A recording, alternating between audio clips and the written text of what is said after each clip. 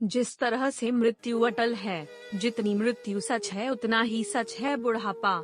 हर वह आदमी या वस्तु जिसका जन्म होता है उसका नाश होने से पहले वह पुरानी या बूढ़ी भी होती है। और आज की ये बुढ़ापा एक इमोशनल कहानी इसी सत्य पर आधारित है। हर रोज की तरह दिनेश लाल जी अपने शाम के सैर सपाटे से लौट आए थे। वह अपने जूते उतार ही रहे थे कि बहू ने पूछा, बाबूजी आज हम पार्टी में जा रहे हैं, हम वहीं से खा कर आएंगे। आज रात के खाने में क्या खाएंगे बताइए। दिनेश लाल जी सोचने लगे, आज रविवार तो नहीं है और ना ही किसी की शादी है, जरूर किसी पार्टी में जा रहे होंगे। छोड़ो मुझे क्या करना है सुम्र में। अपने विचारों पर काबू करते हुए दिनेश लाल जी बोले, ऐसा करो बेटा, मेरे लिए 2 रोटियां बना दो, दूध के साथ रोटियां ही खाऊंगा। बहू तुरंत बोल उठी, बाबूजी सुबह ही जो बनाई थी उनमें से 2 रोटियां अभी भी बची हुई है, अगर आप। बहू ने अपना वाक्य अधूरा ही रहने दिया, लेकिन दिनेश लाल जी अच्छी तरह समझ गए कि वह क्या कहना चाहती थी। सुबह की रोटियां खाई तो गैस हो जाएगा। सुबह भी बहू ने मसाले वाली सब्जी ही बनाई थी, जिसके चलते अभी तक खट्टी डकारें आ रहे हैं। और इस उम्र में पेट को संभालना मतलब किसी बिगड़े हुए बच्चे को संभालने से भी ज्यादा कठिन काम। बाबूजी बहू से बोले, नहीं बेटा, इस उम्र में सुबह की रोटियां नहीं खा सकता। तुम्हें थोड़ी तकलीफ होगी, लेकिन मेरे लिए 2 ताजी रोटी बना दो। बहू को बहुत गुस्सा आया। वो गुस्से में ही बड़बड़ाते हुए उठी, अब 2 रोटियां बनाओ या 10 काम तो उतना ही बढ़ेगा। आटा गुड़ो, रोटियां बनाओ, किचन और बर्तन साफ करो। इन्हें क्या है, इन्हें सिर्फ ऑर्डर देना है, काम तो मुझे करना पड़ता है ना। बस दिन रात इनकी ही सेवा करते रहो। बहू के बोल दिनेश लाल के गानों पर पड़ रहे थे।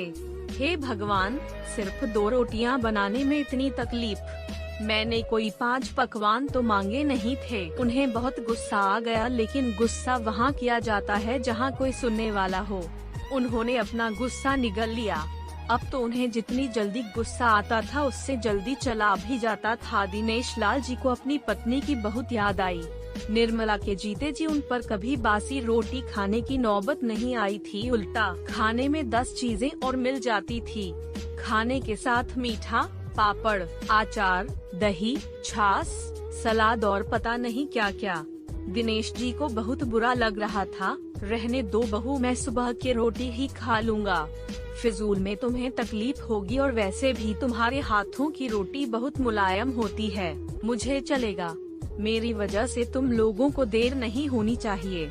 बहू को तो सोने से पीला मिल गया। वह अपने आवाज मीठी करते हुए बोली, बाबूजी आप चाय लेंगे क्या? दिनेश लाल जी अपने चाय पीने की इच्छा को दबाते हुए बोले, वैसे कोई खास इच्छा नहीं है चाय पीने की, मगर तुम अपने लिए बना रही हो तो मेरे लिए भी थोड़ी बना देना। हाँ बाबूजी, मैं अपने लिए बनाने वाली हूँ, आपके लिए भी बना देती हूँ। बोलकर बहू रसोई घर के अंदर चली गई। दिनेश लाल जी खुद से ही बातें करने लगे, अभी तो लाखों की जायदाद है मेरे पास, यह घर भी मेरे नाम पर है और खाते में भी लाखों रुपए पड़े हैं। कभी बेटा विषय निकालता है तो मैं बोल कर टाल देता हूँ कि मेरे बाद तेरा ही तो है सब कुछ, और फिर भी 1 कप चाय और 2 ताजी रोटियों के लिए तरसना पड़ता हो तो उन बूढ़ों का क्या होता होगा जिनके पास संपत्ति के नाम पर सिवा पुरानी यादों के कुछ भी नहीं होता। निर्मला को याद करके दिनेश लाल की आंखों में आंसू चमकने लगे और धीरे से गालों पर सरके। निर्मला के होते हुए उन्होंने घर का कोई भी काम नहीं किया था। आर्थिक जवाबदारियों के अलावा उनकी और कोई जवाबदारी नहीं थी। उनके व्यापार ने भी उन्हें अच्छा साथ दिया था। वह भी निर्मला से बहुत प्यार करते थे, लेकिन कभी जताया बता नहीं पाए। वह यह सच्चे दिल से मानते थे कि निर्मला उनकी किसी पूर्व जन्मों के पुण्य का फल है, लेकिन जिंदगी की भाग दौड़ में वह निर्मला की मन की इच्छाएं पूरी कर ना सके। उन्हें वैष्णो देवी जाना था, लेकिन हर बार यह यात्रा अगले साल के लिए पोस्टपोन्ड हो जाती। घर बार और संसार की जिम्मेदारियां संभालते संभालते कब उनकी इच्छाएं उन्हीं के साथ चली गई पता ही नहीं चला। दिनेश लाल जी ने देखा उनके पोता और पोती दोनों ही स्कूल से आ गए थे। दोनों ने अपना बस्ता सोफे पर फेंका और दादाजी की तरफ दौड़कर उनके गले लगते हुए कहने लगे, चलिए ना दादाजी, खेलने चलते हैं। यही निस्वार्थ प्रेम के कुछ पल थे जिनमें दिनेश लाल जी भी बच्चों के साथ बच्चे बन जाते थे और सारे अपने दुख और यादें भूल जाते थे। वह कुछ बोल पाते उससे पहले ही बहू ने कहा, चलो छोड़ो दादाजी को, हमें पार्टी में जाना है, जल्दी से आकर तैयार हो जाओ, पापा भी आते ही होंगे। दोनों ही बच्चे दादाजी को छोड़ मम्मी की तरफ भागे। उनकी पोती 7 साल की थी और पोता 5 साल का था। दिनेश लाल जी अपनी सोच में डूबे हुए बालकनी की तरफ गए। बालकनी में धीमी ठंडी पवन में उनका स्वागत किया। बहू उनके लिए चाय बनाकर लेकर आई। बालकनी में रखी अपनी कुर्सी पर बैठकर दिनेश लाल जी घुट घुट करके चाय पी रहे थे। पी क्या रहे थे, निगल रहे थे, क्योंकि चाय के नाम पर सिर्फ कम शक्कर वाला गर्म पानी था, ना इलायची ना अदरक। दिनेश लाल जी मन ही मन सोचने लगे, बहू के जाने के बाद आज खुद अपने हाथों से चाय बनाऊंगा, इलायची अदरक और थोड़ी सी ज्यादा शक्कर डालकर, और उसके साथ रोटियां खा लूंगा, रोटियां खाऊंगा। रोटियों की याद आते ही उनका मुंह फिर खट्टा हो गया। चाय खत्म होने पर खाली कप लेकर वह किचन में रखने गए तो वहां देखा कि बहू और बच्चों का कप धोखे पड़ा था। उन्होंने भी अपना कप धोकर रख दिया और अपनी डायरी लेकर बालकनी में आ गए। बालकनी में बैठे बैठे उनकी नजर सूखी हुई तुलसी के पौधे पर गई। उन्होंने एक लोटा पानी लाकर उसमें डाल दिया। कुछ मिनटों बाद ध्यान से देखने पर उन्हें पता चला कि सूखे हुए तुलसी के पौधे में नई कुपले जैसे मुस्का रही हो। टुडे याद आया कि निर्मला हर सुबह तुलसी को पानी और शाम को दिया दिखा दी थी। अब तो शाम को ना तुलसी को ना ही भगवान के मंदिर में दिया जलता है। पता नहीं कितने संस्कार, इतनी अच्छी आदतें निर्मला अपने साथ ले गई थी। दिनेश लाल आसमान की तरफ देखकर बोले, शकुंतला, मुझे और इस घर को अभी तुम्हारी जरूरत थी। तुम क्यों हमें छोड़कर चली गई? तुमने मुझे धोखा दिया। तुमने हमेशा साथ रहने का वचन तोड़ दिया। तुम मुझे अकेला छोड़कर चली गई। दिनेश लाल की आंखें भर आई। पापा, इतनी ठंडी हवाएं बह रही है और आप है कि बालकनी में बैठे हैं, अंदर आ जाइए, नहीं तो बीमार हो जाएंगे। बेटे ने दिनेश लाल जी से कहा। बेटा, बहू और पोता पोती सब तैयार होकर पार्टी के लिए निकल रहे थे। किसी ने झूठ मूठ ही मन रखने के लिए भी उनसे नहीं पूछा कि साथ चलिए। बाबा, आप खाना खाकर जल्दी सो जाइएगा, हमें आने में जरा देर हो जाएगी। ज्यादा देर तक जागना आपकी सेहत के लिए अच्छा नहीं है। हमारे पास घर की दूसरी चाबी है, हमारी चिंता मत कीजिए। बेटे, नहीं जाते हुए कहाँ ऐसे बोल रहे हैं जैसे मेरी सेहत की बहुत फिक्र है। कितने दिनों से बोल रहा हूँ, डॉक्टर के पास ले चलो। बीपी बढ़ा हुआ है, शुगर भी चेक करवाना है। थोड़ा सा भी चलता हूँ तो हांफने लगता हूँ। बेटा कहता है कि बुढ़ापे में यह सब तो होता ही है, ज्यादा भ्रम मत पालिए। वाह बेटा, बूढ़े बाप के पास बैठने के लिए थोड़ा सा भी टाइम नहीं है तेरे पास, और पार्टी के लिए टाइम ही टाइम है। ऐसे अनगिनत विचार उनके दिमाग में चल रहे थे, लेकिन फिर भी उन्होंने हाँ में सिर हिलाया। भी पार्टी में चले गए।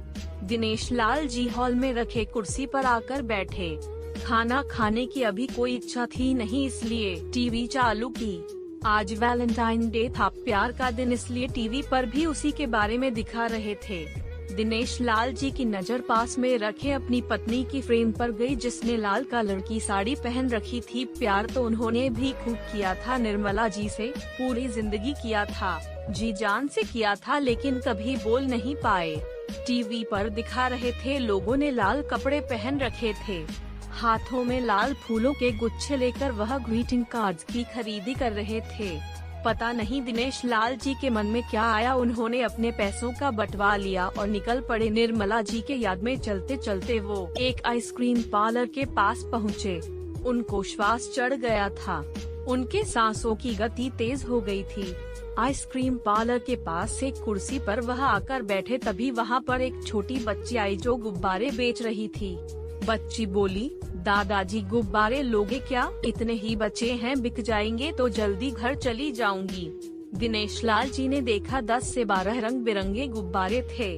उन्हें याद आया कि निर्मला जी को भी गुब्बारे बहुत पसंद थे, लेकिन अब गुब्बारे लेकर क्या करूं? उन्हें बच्ची की आंखों में सच्चाई और आशा दिखी। उन्होंने रुपये 2000 दिए और सारे गुब्बारे खरीद लिए। उन्हें फिर से निर्मला जी की याद आई, क्योंकि वह भी घर से निकलते समय हमेशा थोड़े एक्स्ट्रा पैसे लेकर निकलती थी और किसी न किसी जरूरतमंद की मदद किया करती थी। कभी वो टोकते तो वह कहती हमें भगवान ने लेने वालों के नहीं देने वालों की लाइन में खड़ा किया है और थोड़े से रुपयों के बदले में लाखों की दुआएं मिलती है तो मुझे टोका मत कीजिए। आंखों में आंसुओं के साथ दिनेश लाल जी खड़े हुए रास्ते के बीचों बीच आए। उन्होंने आसमान की तरफ देखा, अपने हाथों में पकड़े गुब्बारे आसमान में छोड़ दिए और चिल्लाकर बोले, निर्मला मैं तुमसे प्यार करता हूँ। उनके सांसों गति बढ़ गई, उनका शरीर लड़खड़ाया और जमीन पर धड़ से गिर पड़े। आसपास के लोगों को कुछ भी पता चल पाए उससे पहले ही दिनेश लाल जी ने इस मोह माया की दुनिया को अलविदा कह दिया। उन्हें अपनी पत्नी से मिलने की बहुत जल्दी थी। दोस्तों, आपको ये कहानी कैसी लगी हमें कमेंट करके जरूर बताइए। दोस्तों, ऐसे ही कहानियाँ रोजाना सुनने और देखने के लिए चैनल को सब्सक्राइब जरूर कर लीजिए। धन्यवाद।